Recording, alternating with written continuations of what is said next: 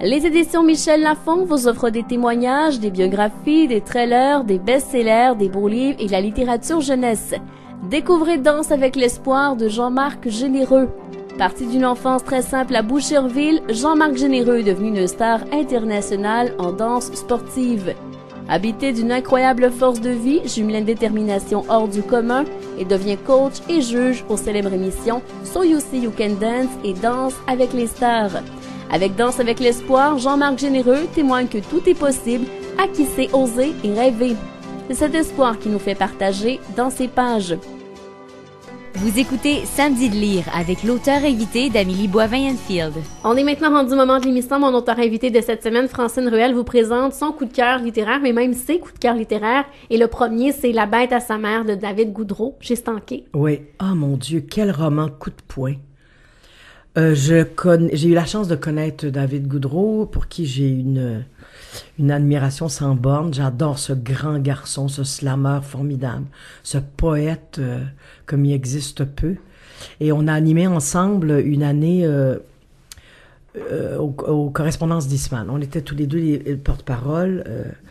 Et ça a été déjà un coup de cœur de rencontrer ce garçon-là, de lire sa poésie et tout. Et quand ce premier roman-là est arrivé, tu te dis, OK, un slammer qui écrit un roman. Écoutez, je l'ai pas lâché, je l'ai lu d'une traite. C'est un roman dur, un roman particulier. Et c'est incroyable de réaliser qu'un jeune auteur, pour son premier roman, va écrire sur un personnage antipathique.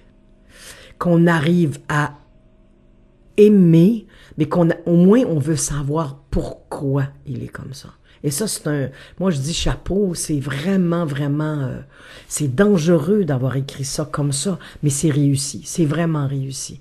Et on sait pas tout, et on n'est pas sûr de tout. Et moi, j'ai dit, c'est pas vrai, alors j'ai besoin de savoir qu'est-ce qui arrive après. Ben, il m'a dit, ouais, bon, qu'est-ce correct, c'est qui me tue, qui m'a forcé, qui m'a poussé à écrire ce premier roman-là, ben le deuxième, ça va être de ta faute, si je fais la suite. Et je sais qu'il l'a fait là. Wow. Le manuscrit est fait. On reste longtemps invité par son personnage principal. Moi, ça m'a pris des semaines avant d'enlever ce personnage-là de ma tête, de mon cœur aussi, parce que tu dis, il est méchant, il est menteur, c'est un manipulateur, voleur, il abuse des gens pour avoir ce qu'il veut, mais tu dis pourquoi il fait ça. Et c'est formidable parce que ça n'est jamais expliqué. C'est le talent de David Goudreau, il nous le démontre, il nous le montre, le personnage est fait de ses actes, quoi. Donc il pose des actes et on fait, ah, c'est pour ça qu'il est comme ça, c'est parce qu'il y a une quête formidable, sa mère, il veut revoir sa mère est importante.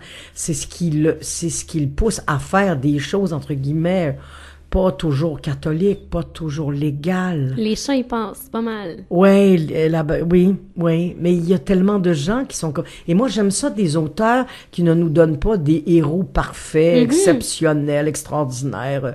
Bon, on n'y croit pas, là. Moi, j'aime ça, c'est les petites personnes qu'on oublie, les gens qui sont dans l'ombre un peu. Mais c'est facile de dire c'est un voleur, c'est un violeur, c'est un menteur, c'est un tueur. Qu'est-ce que c'est avant d'être ça?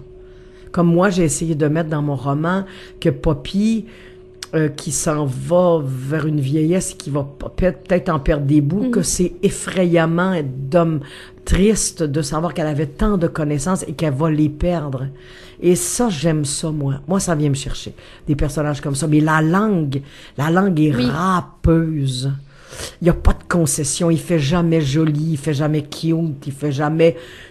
pour que le lecteur dise « Ah, j'aime comme il écrit, que c'est beau ». Alors qu'il écrit de la poésie, cet homme, c'est renversant, mais là-dedans, c'est de la poésie rough, taillée au couteau. Et ça reste, c'est présent. Tout le temps, on a fermé le livre, mais le héros est là tout le temps.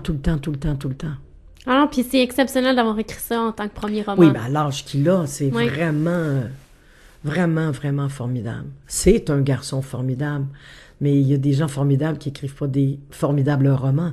Mais lui, oui. Ça, ce coup de poing-là, c'est... Et il y a eu des très bonnes critiques. Je suis contente. Le Devoir a fait une critique assez dithyrambique. Moi, j'avais adoré. Ouais. Ça s'appelle La bête à sa mère de La bête à sa mère de David Goudreau. Un grand garçon à suivre. Oui, et qui Oui. fait chaque vendredi des poèmes à Radio-Canada. Oui. Et qui fait des conférences et qui aide les jeunes parce qu'il est travailleur social et c'est vraiment une bien belle personne. Et vous avez un autre coup de cœur littéraire? Ah ben c'est parce que j'en ai là beaucoup, j'en ai entendu parler d'un. Je pense que je suis sûre que je vais là. Michel Tremblay que j'ai rencontré hier qui m'a parlé Le fleuve de Sylvie Drapeau chez Le Méac, merci. Et là je viens d'embarquer dans le livre des Baltimore de Joël Dicker, celui qui nous avait donné la vérité sur l'affaire Harry Kébert. Ah, juste le début, il est effrayant. Commence là. Il joue avec nous. Il dit, je vais vous raconter, il est arrivé, le drame. Drame est écrit avec une lettre majuscule. Mais on sait pas quoi encore. Puis il rencontre des personnes, puis il dit, c'est une longue histoire. Mais il nous la donne pas tout de suite. Et ça, moi, j'adore ça. Ah, wow, j'ai Alors, hâte de ça va être très, très, très agréable. Puis, il y a un autre petit coup de cœur, je pense, c'est 100 mètres, comme le chiffre 100 mètres, de Pierre Gagnon, qui nous avait donné 5 fûts, qui nous avait donné, je veux cette guitare. Il écrit des tout petits livres, tout petits. Mon vieux, qui était formidable. C'était l'histoire d'un mec qui allait chercher un vieux dans une maison pour personnes âgées, puis il sait pas trop pourquoi il est avec. Et ce livre-là a marché beaucoup en Europe, je crois. Pierre Gagnon. La lecture, c'est une grande place dans votre vie? Ah, énorme, énorme, énorme. Il y a des livres partout. Il y en a dans la cuisine, il y en a dans le salon, il y en a dans ma chambre, il y en a dans mon bureau, il y en a partout. Je peux pas vivre sans livre. Arrivez-vous à lire en période d'écriture? En période d'écriture, je lis des choses qui m'influenceront pas. S'il y a un très gros style littéraire, si le style littéraire est trop peaufiné, trop magnifique, je lis des histoires efficaces dans ce temps-là. Je lis beaucoup de polar dans ce temps-là où je vais chercher ça autrement. Ouais. Autrement, ça m'influence. Je peux pas. Ben merci pour ces belles suggestions, Francine. Ça me fait plaisir. On s'arrête et au retour, c'est moi qui vous présente des ouvrages que j'ai lus cette semaine.